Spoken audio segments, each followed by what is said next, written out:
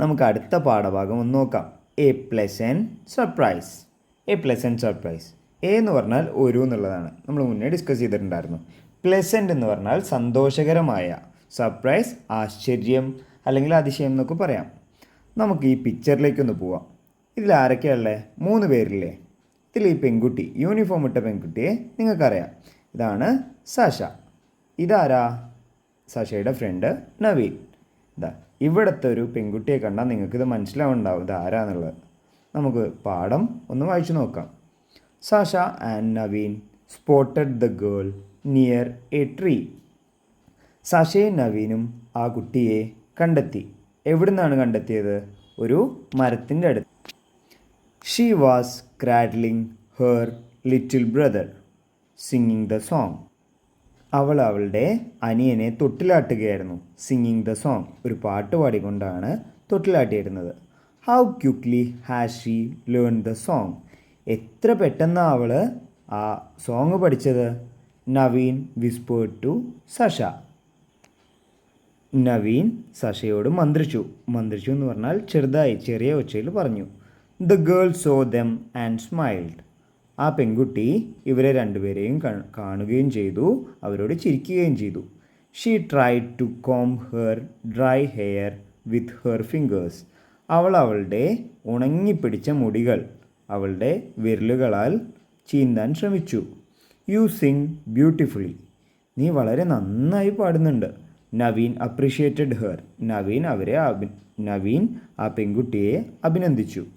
She wanted to give the girl a gift.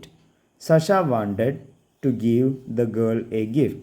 സഷയ്ക്ക് ആ പെൺകുട്ടിക്ക് ഒരു ഗിഫ്റ്റ് കൊടുക്കണമെന്നുണ്ടായിരുന്നു. What would be Sasha's gift? സഷയുടെ ഗിഫ്റ്റ് എന്തായിരിക്കും? നിങ്ങൾക്ക് ഗസ് ചെയ്യാൻ കഴിയുമോ? നവീൻ ഇവിടെ ഈ പെൺകുട്ടിയോട് എന്തോ പറയുന്നുണ്ട്. Dialogue box കാണാനില്ലേ? നവീൻ എന്തായിരിക്കും ആ പെൺകുട്ടിയോട് പറയുന്നത്? U sing beautifully. നവീൻ അതായിരിക്കും അല്ലേ കവിതയോട് പറഞ്ഞിട്ടുണ്ടാവുക. You sing beautifully. നീ നന്നായി പാടുന്നുണ്ട്. പോരെ. ആക്ടിവിറ്റി നമ്പർ 7 പോവാം. ഒന്ന് വായിച്ചു നോക്കാം. Put a tick mark against the pictures that reflect acts of kindness and comment on them. Kindness എന്ന് പറഞ്ഞാൽ നല്ല കാര്യം, നമ്മൾ ഒരാളെ സഹായിക്കുക, അങ്ങനത്തെയൊക്കെ കാര്യങ്ങളെയാണ് കൈൻഡ്നെസ് എന്ന് പറയുക. ഹെൽപ്പിംഗ് മെൻറ്റാലിറ്റി എന്നൊക്കെ പറയാം. നമുക്ക് ഫസ്റ്റ് പിക്ചറിലേക്കൊന്ന് പോയി നോക്കാം. ഇവിടെ എന്തൊക്കെയാണ് നിങ്ങൾക്ക് കാണുന്നത്? ഒരു റോഡ് കാണാനുണ്ട്, പിന്നെ ഒരു ബോയ്, ഒരു അപ്പൂപ്പനെ റോഡ് ക്രോസ് ചെയ്യിക്കുന്നുണ്ട്. അത് നമുക്ക് എങ്ങനെ ഇംഗ്ലീഷിൽ പറയാൻ പറ്റുക? A boy is helping an old man to cross the road. A boy is helping, സഹായിക്കുക, an old man to cross the road. അതാണ് ആദ്യത്തെ പിക്ചർ. രണ്ടാമത്തെ പിക്ചർ എന്താ? A boy is riding A bicycle. A cycle, ഒരു boy ഒരു cycle ഓടിക്കുകയാണ്. Next പിക്ചറിൽ കുറേ ബോയ്സിനെ കാണാം. അവരെന്തൊക്കെയാണ് അവിടെ ചെയ്യുന്നത്? They are fighting. The boys are fighting. അവരവിടെ തല്ലുകൂടുകയല്ലേ. അടുത്ത പിക്ചർ നോക്കാം നമുക്ക്. ഇവിടെ എന്തൊക്കെയാണുള്ളത്? ഒരു ടി വി ഉണ്ട്. ആ ടി വിയിൽ എന്തോ ഒരു പരിപാടി നടക്കുന്നുണ്ട്. ഒരു ബോയ് അവിടെ എന്താ ചെയ്യുന്നത്? ഭക്ഷണം കഴിക്കുകയാണ്. ഭക്ഷണം കഴിക്കുമ്പോൾ ടി വി കാണുകയാണ്. അതിനെന്താ പറയുക? A boy is watching T V while having food.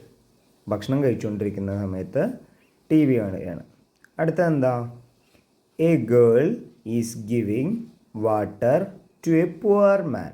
ഒരു പാവപ്പെട്ട ഒരാൾക്ക് ഈ കുട്ടി വെള്ളം കൊടുക്കുകയാണ്. അടുത്ത എന്താ? A boy is helping an injured dog. ഒരു പരിക്ക് പറ്റി കിടക്കുന്ന പട്ടിക്കുട്ടിയെ ശുശ്രൂഷിക്കുകയാണ് ആ ബോയ്. ഇതിൽ ഏതൊക്കെ പിക്ചേഴ്സിലാണ് ഒരാളെ സഹായിക്കുന്നതോ അല്ലെങ്കിൽ ആക്ട് ഓഫ് കൈൻഡ്നെസ് സഹായിക്കുന്നത്? ഏതൊക്കെ പിക്ചറിലാണ്? നിങ്ങളൊന്ന് വേഗം നോക്കി കണ്ടുപിടിച്ചേ. ഇനി ഇതിൽ ഏതൊക്കെയാണ് ടിക്ക് ഇടേണ്ടത്? ആദ്യത്തെ picture, a boy is helping an old man to cross the road. ഇത് ഒരു സൽപ്രവൃത്തിയാണ്, ഒരാളെ സഹായിക്കുകയാണ്. അടുത്തതോ? A girl is giving water to a poor man. ഒരു പാവം മനുഷ്യന് വെള്ളം കൊടുക്കുകയാണ്. അടുത്ത എന്താ? ഒരു ഇഞ്ചുറി പറ്റിക്കിടക്കുന്ന ഒരു അപകടം പറ്റിക്കിടക്കുന്ന ഡോഗിനെ ശുശ്രൂഷിക്കുകയാണ്. ഇതൊക്കെയാണ് ഈ പിക്ചേഴ്സിൽ സഹായം കാണിക്കുന്ന പിക്ചേഴ്സ്.